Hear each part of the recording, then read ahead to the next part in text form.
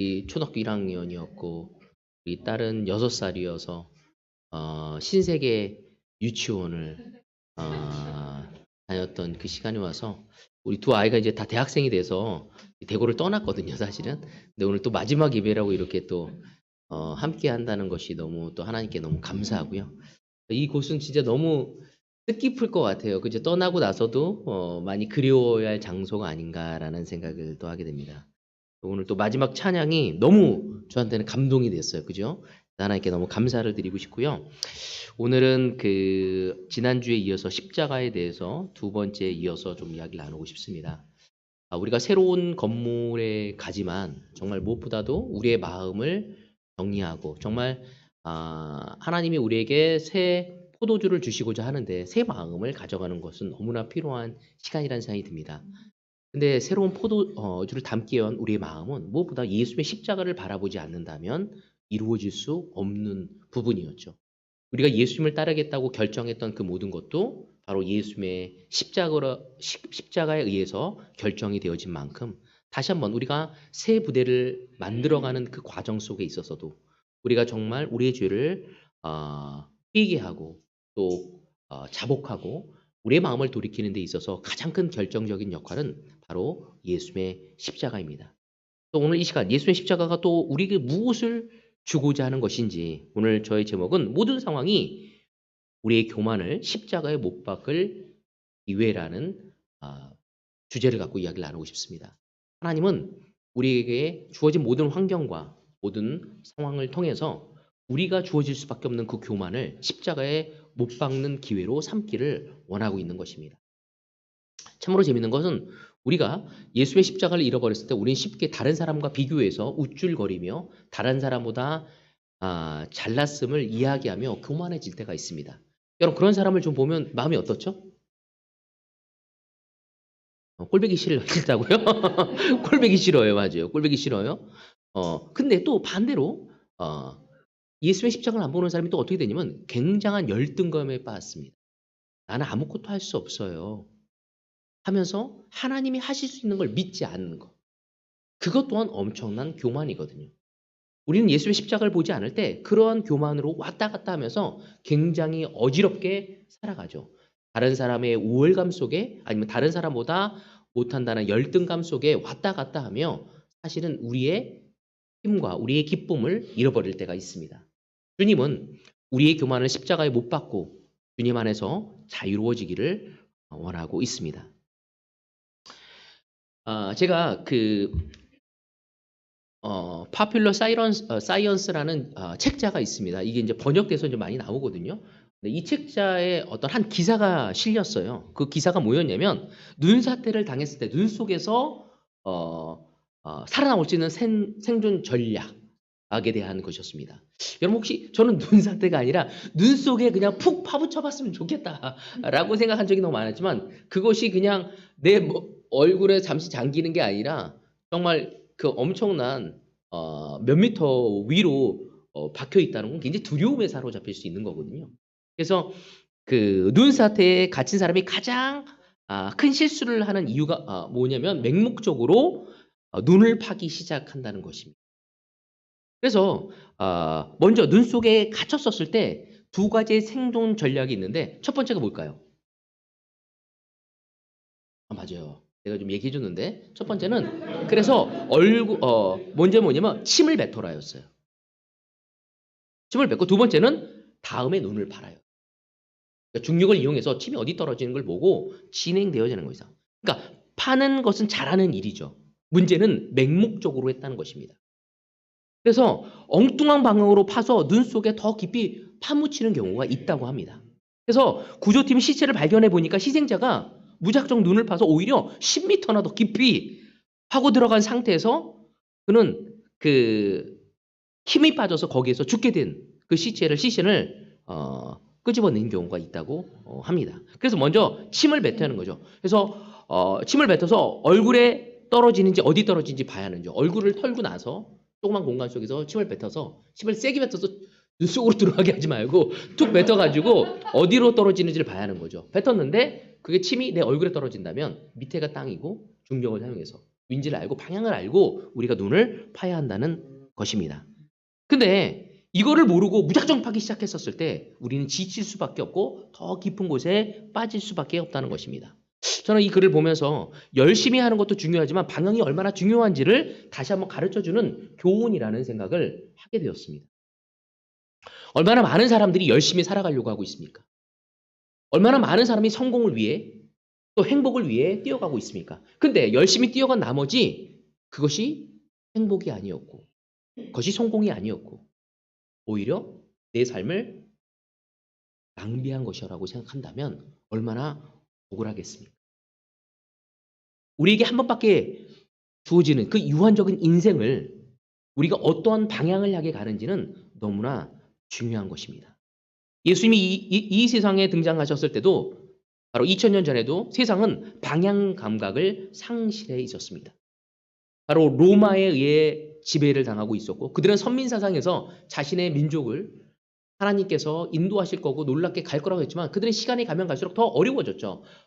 바벨론의 포로를 잡혀갔고 거기서 나오는 듯한데 페르시아에 또 포로가 되었고 페르시아에 나오는 듯했는데 헬레니즘 그리스에 또한 영향을 받아였고 그리스에서 좀 나오는 것 같더니 로마의 식민지에 국가서 계속적으로 어려움을 겪고 있는 것이 이스라엘 민족이었고 그러면서 수많은 다양한 문화들이 그들에게 영향을 끼치며 그들의 정체성에 대한 많은 혼란을 겪고 있을 그 무렵에 바로 예수님이 가서 그들을 돕고자 하셨던 것입니다.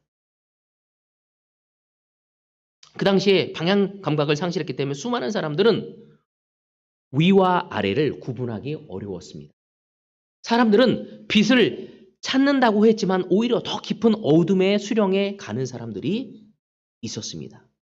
어쩌면 그 시대뿐만 아니라 오늘날 이 시대 21세기를 살아가는 다양한 이념이 존재한 이 포스트 모더니즘이라고 사는 이 시대 역시도 우리는 그 당시만큼 굉장히 혼란한 시대를 살아가고 있습니다. 바로 예수님이 그 혼란 시대, 로마 시대, 그리스 문화가 있었고 로마 문화가 있었고 또 바벨론의 문화도 있었고 수많은 페르시아의 영향도 있었고 많은 영향을 받고 있는 그 문화를 가지고 있는 예루살렘에 바로 예수님이 오셔서 말씀을 선포하기 시작하십니다. 마가복음 1장에 보면은 때가 찼다. 하늘나라가 가까이 왔다. 회개하여라. 복음을 믿어라. 예수님은 때가 찼다고 이야기합니다. 때가 다 되었다고. 그러면서 뭐라고 하냐면 하나님에 가까이 왔고 회개하고 복음을 믿어라. 바로 예수님이 이 땅에 오셔서 예수님 자신이 나침판의 역할을 하시기 위해 이 땅에 오셨음을 이야기하고 있습니다. 방향을 올바른 방향이 무엇인지 그 당시만 해도 이것이 옳은 길이야 적어보는 거예요. 심지어 율법을 믿고 있는 사람이 있어도 에세네파가 있었고 바리새인이 있었고 사두개파가 있으면서 그 안에서 수많은 논쟁과 어려움을 겪고 있던 그 시대에 무엇이 진정으로 올바로 예수님을 따라가고 하나님을 따라가는 것인지를 예수님이 이 땅에서 삶으로 보여주고자 하신 거였죠. 그래서 예수님은 질서를 바로잡기 위해 이 땅에 오셨지만 예수의 말씀을 듣는 사람들은 왠지 예수님 자신이 나침판의 역할을 하시고 나침판을 알려주시고 예수님 자신의 지도의 역할을 해주시고 지도를 말씀해 주셨다고 했지만 그의 말씀을 들으면 들을수록 오히려 예수님이 말씀하시는 나침판이 정말 맞는 건가? 예수님이 보여주신 그 지도가 올바른 건가? 오히려 거꾸로 지도를 들고 있지 않은가? 그런 의문을 갖게 하는 많은 말씀을 그 당시에 던지고 있었습니다. 그 중에 하나를 본다면 마가복음 5장 5절이었습니다. 온유한 사람은 복이 있다. 그들이 땅을 차지할 것이다. 예수님은 내려가는 길이 올라가는 것이고 올라가는 것이 내려가는 길이라는 이야기를 끊임없이 이야기합니다. 21세기에 타는 우리의 귀에도 이 말씀은 모순이 되는 것처럼 들려질 수밖에 없을 것입니다. 어떻게 온유한 자, 겸손한 자가 땅을 차지할 것이라고. 정말 겸손한 자가 땅을 받는다고? 정말 온유한 자가 정말로 땅을 소유할 수 있다고? 근데 대한민국 21세기 살아가는 땅 부자들은 다 누구죠? 정말로 많은 땅을 소유한 사람들은 대기업 회장들이나 연예계 스타들이나 정계의 건물들입니다. 근데 그들이 땅 많이 간 사람들을 보면은 공통점이 겸손하고 온유한 자들이다. 이렇게 말하기 되게 어렵지 않습니까? 뭔가 이상하다 하면서 우리는 좀 혼란스럽죠. 정말 맞는 것인가? 그래서 예수의 말씀을 들으면서도 사람들이 의아해했던 거죠. 지금도 우리는 예수님이 진리라고 얘기하고 올바른 하나님의 아들이라고 하면서 정말 예수님의 지도가 맞는 것인가? 라고 두려울 때가 있습니다. 정말 아내와 내 남편과의 관계를 이렇게 가는 게 행복할 수 있는 건가? 왠지 내가 손해보는 것 같아. 내가 내 남편한테 착취당한다는 느낌이야. 내가 내 아내한테 착취당하는 느낌이야. 라는 느낌을 받을 때가 있습니다. 내가 우리 아이를 키울 때 하나님 말씀대로 키우는 게 맞는 건가? 시대가 2000년이 지났는데 하나님 말씀대로? 이게 지금도 통용될 수 있고 적용되어질 수 있는 것인가? 하면서 우리는 예수님의 말씀이 이상하게 여겨질 때가 있습니다. 예수님은 또 이상한 가르침을 우리에게 이야기해 주십니다. 누가복음 18장 14절입니다. 내가 너희에게 말한다. 의롭다는 인정을 받고서 자기 집으로 내려간 사람은 저 바리새파 사람이 아니라 이 세일이다. 누구든지 자기를 높이는 사람은 낮아지고 자기를 낮추는 사람은 높아질 것이다. 사실 이 이야기를 들으면 굉장히 모순적이면서도 우리에게는 좀 기분 좋게 하는 글이에요. 그렇지 않습니까?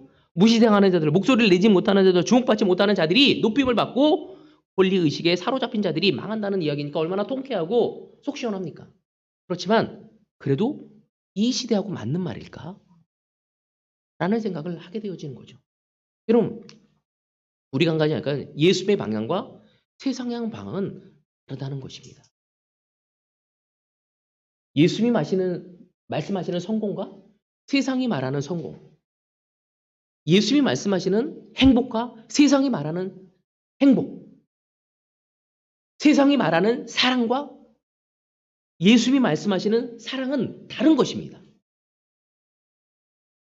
우리가 혼동돼서는 안 되는 거죠. 예수님은 올라가려면, 우리가 높아지려면 내려가야 한다고 이야기하고 있습니다. 너희들이 위대해지고 싶다면 겸손해져야 한다고 이야기하고 있습니다. 사실 그래서 모든 상황, 모든 환경이 겸손을 실천한 실험실이고 그리스도를 높이고 우리의 교만을 십자가에 못 박을 기회로 사용해야 한다는 거죠. 아직 아무도 가지 않은 길로 과감하게, 겸손하게 걸어가야 함을 이야기하고 있는 것입니다.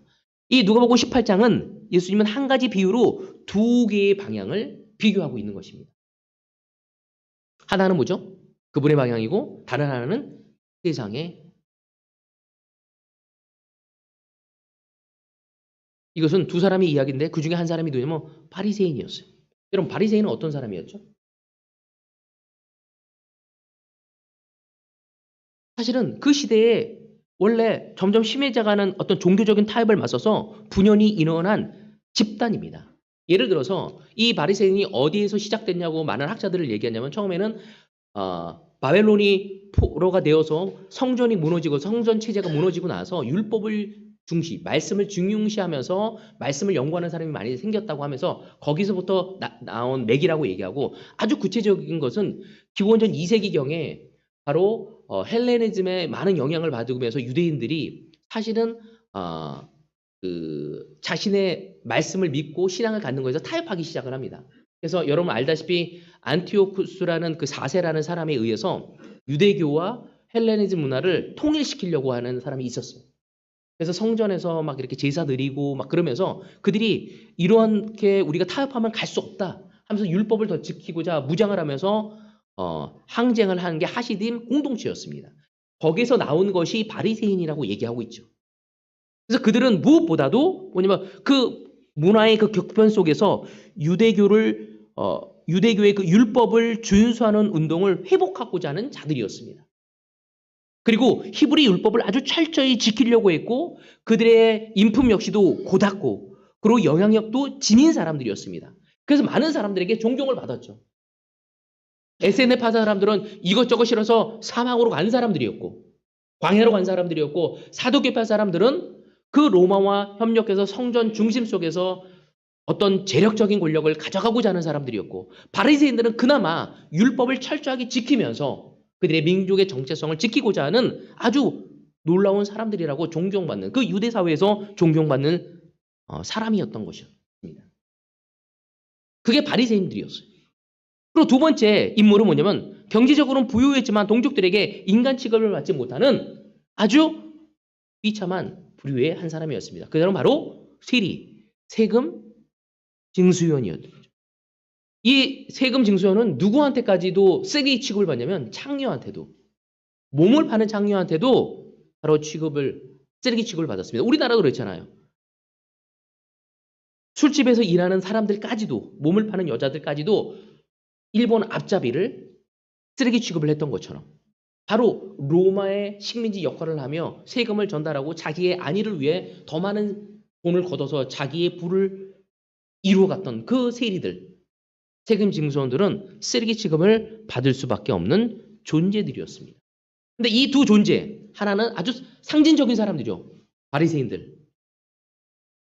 민족의 전통성을 가져가고 타협하지 않고 의와 싸우기 위해 율법을 철저하게 지키고자 하는 바리새인과, 그리고 자신의 민족을 등지고 그리고 등쳐먹으며 돈을 얻고자 했던 바로 세리. 이 두 사람이 어딜 가냐면 성전에 들어가서 기도를 하게 됩니다. 아마 많은 사람들이 바리새인을 봤으면 어땠을까요? 많은 사람들이 그렇게 했을 거예요. 자기 아이들에게 너도 자라서 저분처럼 되어야 한다. 하지만 세리를 보면 뭐라고 할까요? 야, 저런 나쁜 놈처럼 되지 말아야 한다. 우리가 못 살아도, 우리가 힘들어도 저런 사람처럼 되지 않는다고 비난을 받은 사람이 바로 세리였습니다. 예수님의 비유는 누구를 겨냥한 비유였을까요? 누구를 도전을 주기 위한 비유였습니까?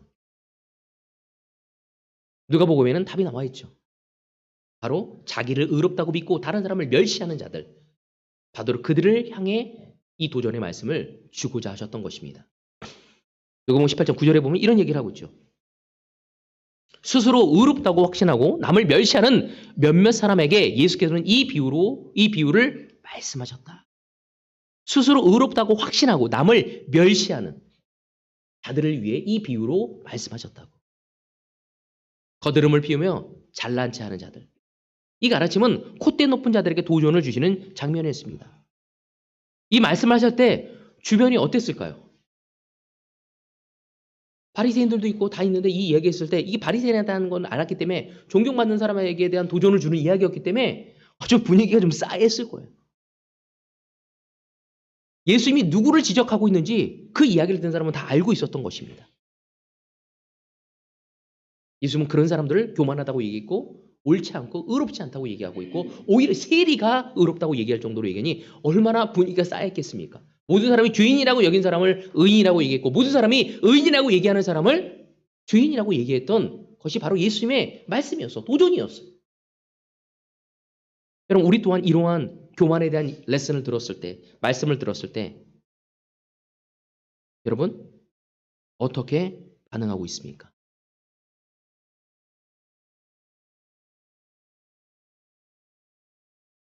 여러분 이 청중들은 누구를 비유해서 설명하는지 잘 알고 있었습니다.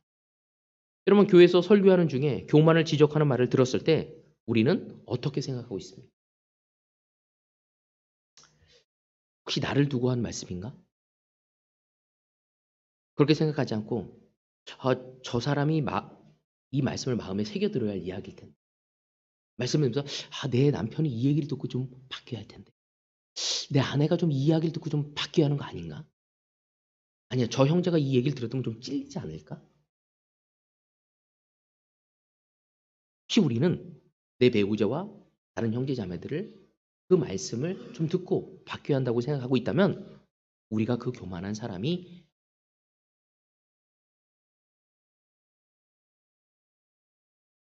바로 예수님은 다른 사람 얘기라고 생각하는 사람들에게 말씀하신 것입니다. 우리는 그런 착각에 빠질 때가 얼마나 많습니까? 내 얘기가 아니라 다른 사람이라고 생각하지만 예수님은 그때 그것이 나의 얘기임을 이야기하고 있는 거죠. 우린 너무 쉽게 다른 사람하고 비교하면서 우리의 영적인 삶을 보다 나은 사람이라고 생각할 때가 있습니다. 자, 두 사람이 성전에 들어와 기도를 시작합니다. 바로 흠잡을 때 만한 행동은 눈곱만고도 찾기 어려운 또 그리고 많은 사람에게 존경을 받는 그 바리새인이 자신에 관해 어떻게 기도하는지 18장 11절 12절에 보면 이런 얘기를 하고 있습니다. 바리새파 사람은 서서 혼잣말로 이렇게 기도하였다. 하나님, 감사합니다. 나는 남의 것을 빼앗는 자나 불의한 자나 간음하는 자와 같은 다른 사람들과 같지 않으며 더구나 이 세리와는 같지 않습니다. 나는 일회에 2번씩 금식하고 내 모든 소득의 11조를 바칩니다. 이 바리새인은 기도하는 중에 눈을 떴던 것 같아요. 더구나 이 세리와 같지 않다고 이야기하고 있습니다. 세리를 본 그는 자신의 의를 더 부각시키기 위해 희생양을 발견했다 생각하고 세리의 잘못을 꼬집으면서 재빨리 자신의 그 베품과 의로움을 이야기하고 있습니다. 하나님, 저는 일주일에 2번씩 금식하고요. 모든 소득의 11조를 드립니다. 그냥 아무 사심 없이 이거 알려만 드리는 것입니다. 아멘. 너무나 안타깝죠. 여기 바리새인에 관해 우리가 알아야 할 것은 뭐냐면 이 사람은 정말 아까 제가 말씀하신 것처럼 이 유대인들을 이스라엘 민족을 하나님 앞에 올바로 하나님이 자신의 민족을 구원할 것을 믿고 있었고 그래서 더 율법에 충실하며 거룩하게 살아가기를 바랬던 것입니다.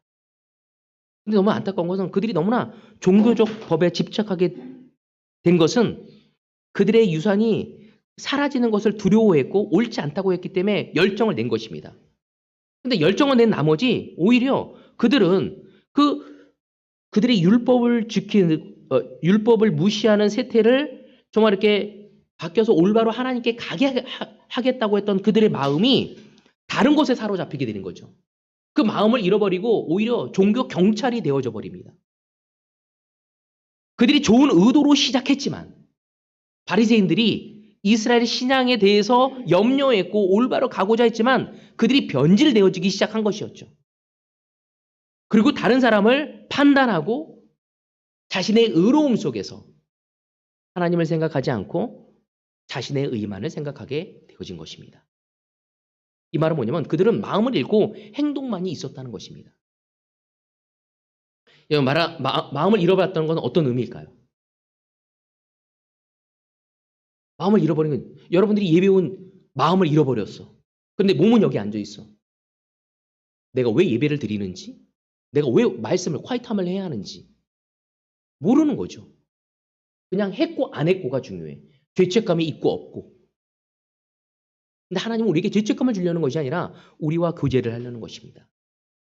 우리가 마음을 잃어버렸을 때 이유와 목적을 상실하게 되어진다는 거죠. 내가 물어보고 싶습니다. 준호가 열심히 일하는 이유가 뭐죠? 직장에서?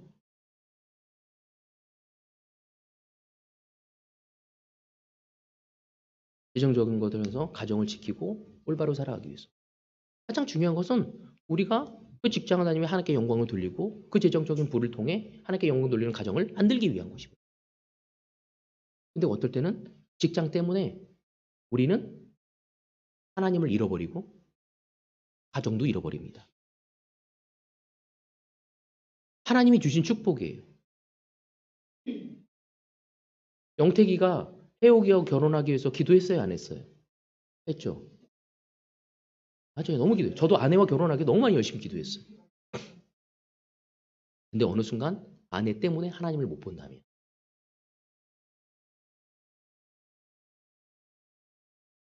내 직장을 하나님께 달라고 얼마나 기도했습니까? 회의 기도했어요, 안 했어요? 나도 세일이의 그 정직원 되기 위해 얼마나 많이 기도했는지 금식 기도도 했어요. 근데 그 직장 때문에 하나님하고 멀어져. 여러분 우리가 아이를 얻기 위해 얼마나 노력했습니까? 상황이 3명의 아이를 낳았어요. 그죠? 얼마나 열심히 기도했습니까? 감사했고. 하지만 그 3명의 아이 때문에 하나님하고 멀어져. 여러분 우리가 한번 생각해 봐야 돼요. 우리가 형제자매들과 교제하는 이유가 뭘까요? 여러분을 플리즈하고 나하고 코드 맞는 사람을 찾기 위한 것입니까? 하나님께 영광을 돌리고 그 사람을 하나님께 올바로 세우기 위한 것이었습니다. 목적을 잃어버리면 우리는 서로를 비난하게 될 것입니다. 내가 너 때문에 힘들어.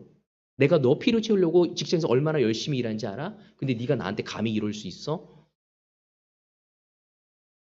아이들한테도 내가 너를 올바로 교육시키기 위해서 이렇게 열심히 했는데 너는 공부 제대로 안 하는 거야? 이 모양 이 꼴로 네가 나한테 반응할 수 있어? 우리는 그런 마음을 갖게 됩니다.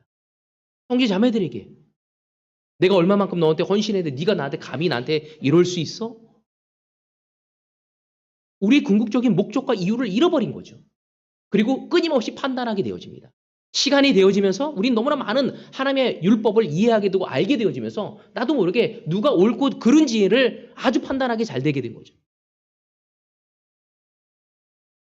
바리새인들 너무나 올바른 마음으로 분연을 일었은 그룹이었지만 바리새인 뜻 자체가 분리되었다는 뜻을 가지고 있습니다. 율법을 지키는 것과 지키지 않는 것의 차이점을 일으키고자 했던 그들이었습니다.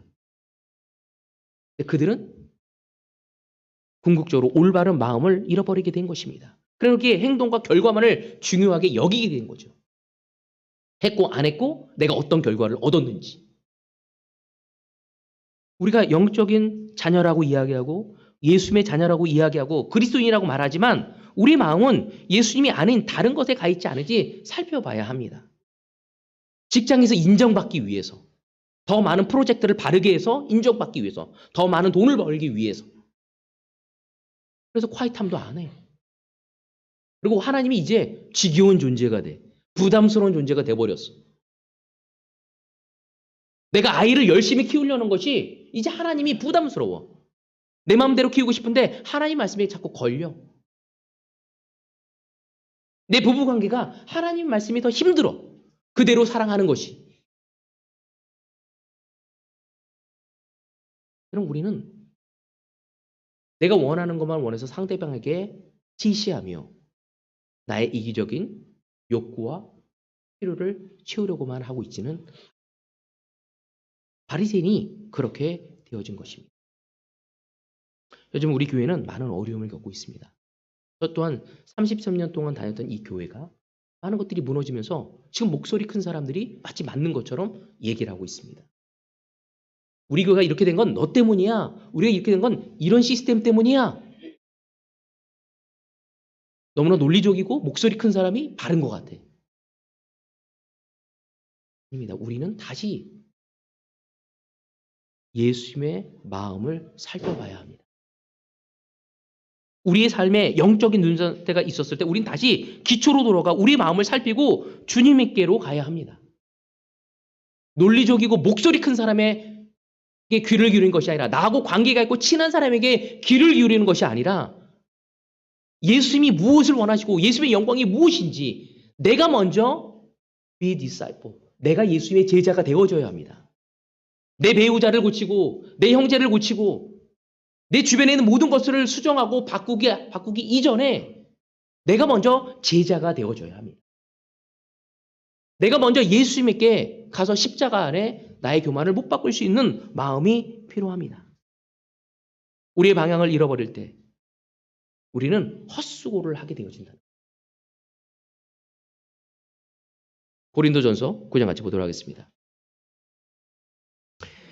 나는 복음을 위하여 이 모든 일을 하고 있습니다. 그것은 내가 복음의 복에 동참하기 위함입니다. 경기장에 달리기 하는 사람들이 모두 달리지만 상을 받는 사람은 하나뿐이라는 것을 여러분은 알지 못합니까? 이와 같이 여러분도 상을 받을 수 있도록 달리십시오. 경기에 나서는 사람은 모두 일에 절제합니다. 그런데 그들은 썩어 없어질 월계관을 얻으려고 절제를 하는 것이지만 우리는 썩지 않을 월계관을 얻으려고 하는 것입니다. 그러므로 나는 목표 없이 달리듯이 달리기를 하는 것이 아닙니다. 나는 허공을 치듯이 권투를 하는 것이 아닙니다. 나는 내 몸을 쳐서 굴복시킵니다. 그것은 내가 남에게 복음을 전하고 나서 도리어 나 스스로는 버림을 받는 가련한 신사가 되지 않으려는 것입니다. 바울은 너무나 잘 알고 있었죠. 썩을 면류관, 월계관. 고린도는 그리스의 영향을 많이 받았던 곳이었기 때문에 올림픽이 있었습니다. 그래서 그 당시에서 올림픽을 우승하면은 월계관을 쓰면 모든 사람에게 정말 이렇게 존경을 받고 우월감을 받을 수 있는 것이었죠. 인기가 많았고. 근데 우리는 사람에게 인정받는 것이 아니라 썩을 월계관이 아닌 썩지 않을 월계관을 받을 수 있는 것을 향해 달려가는 사람이에요. 맹목적으로 목표 없이 달리는 사람이 아니라 허공을 치는 권투선처럼 싸우는 것이 아니라 우린 분명한 목적과 목표가 무엇인지를 알고 달려가야 한다는 거죠. 오늘 예배를 드리는 목적, 내가 교제하는 목적, 내가 아침에 일어나 콰이타임을 하고 때로는 내 성품을 바꾸려고 하고 내가 사랑하기 어려운 사람을 사랑하려고 하고 오늘 재호 형제가 이야기 나눴던 것처럼 자기의 마음을 솔직하게 열고 더 예수님의 사랑을 닮아가고자 하는 것이 찔림을 받고 내 삶을 열어서 다른 사람이 들어와서 내가 더 예수님을 닮아갈 수 있도록 도움을 받는 이 모든 과정이 이 교회의 문화가 아닌 바로 예수님을 닮고자 하는 예수님의 십자가를 이해하기 때문에 하고자 하는 그 궁극적인 근본적인 그 목적과 이유를 알고 시작하는 것이 우리에게 필요함을 이야기하는 것입니다. 솔로몬은 누구보다도 많은 일들을 열심히 해봤지만 나중에 보니까 헛수고였음을 고백합니다. 그러면서 이런 얘기를 하죠. 내 손으로 성취한 모든 일과 이루려고 애쓴 나의 수고를 돌이켜보니 참으로 세상 모든 것이 헛되고 바람을 잡으려는 것 같고 아무런 보람도 없는 것입니다. 그 솔로몬이 너무나 많은 재력을 갖고 있고 또 너무나 해박한 지식을 가지고 있는 그 솔로몬이었고 파워를 가지고 있는 정말 이렇게 권력을 가지고 있는 그 솔로몬이 많은 일을 할 때 성취하려고 할 때 헛수고하려고 했겠습니까? 나름대로 의미를 부여하고 했지만 그걸 다 이루고 났더니 헛되고 바람을 잡으려는 것과 같다고 보람이 없었다고 이야기를 하고 있습니다. 여러분 우리는 올바른 목표가 세워지지 않을 때 우리 인생이 어떻게 되겠습니까? 생각해 봐야 한다는 거죠. 제가 제일 무서워하는 구절 중에 하나예요. 잠언 14장 12절입니다. 사람의 눈에는 바른 길 같이 보이나 마침내는 죽음에 이르는 길이 있다. 사람의 눈에는 바른 길처럼 보이는 거예요. 그렇지만 끝내는 뭐라고요? 죽음에 이르는 길이라고. 죽을 줄 누가 알았겠습니까? 그 길이 죽을 길이란 걸 누가 알았겠습니까? 누가 멸망한 길인지 알고 열심을 내겠습니까? 자기는 성공할 줄 알았겠죠. 행복할 줄 알았겠죠. 하지만 그 모든 것이 착각이었다는 것입니다. 여러분 나의 감정에 맡겨서 인생을 살아간다는 게 얼마나 불안한 것인지. 그냥 이 시대적 흐름의 사조에 의해서 내려진 그 판단과 결정이 얼마나 위험한 것인지. 가끔 그런 것들을 보게 돼요. 예전에 뭐 만병통치약이라고 해가지고 그 방사능 물질들을 약을 만들어서 막 먹고 막 하더랬다고요. 나중에 알고 보니 그것이 문제가 되는 거죠. 우리 그만도 성면 같은 것도 있잖아요. 그리고 시레트 같은 거 있잖아요. 이렇게 된 거. 그거 성면이 많아서 저는 아직도 기억나는 게 거기에 삼겹살 많이 구워 먹었거든요. 진짜 외부에 그 피서 가가지고 제가 아직도 그냥 한탄강에서 그 주워 와가지고 돼지 기름 막 바르고 막 발아프질 엄청 먹은 거야. 근데 맛있다고 야 이게 낭만이지 막 이러고 우리가 막 그랬어. 우리가 모르고 하는 짓이 너무 많다는 거죠. 여러분 우리는 올바른 방향과 목표를 정해야 합니다. 우리 그리스도인들에게 지향할 목적이 무엇입니까? 목표가 무엇입니까? 세상의 목표는 헛될 수밖에 없습니다. 세상의 목표와 성취는 우리를 허무하게 합니다.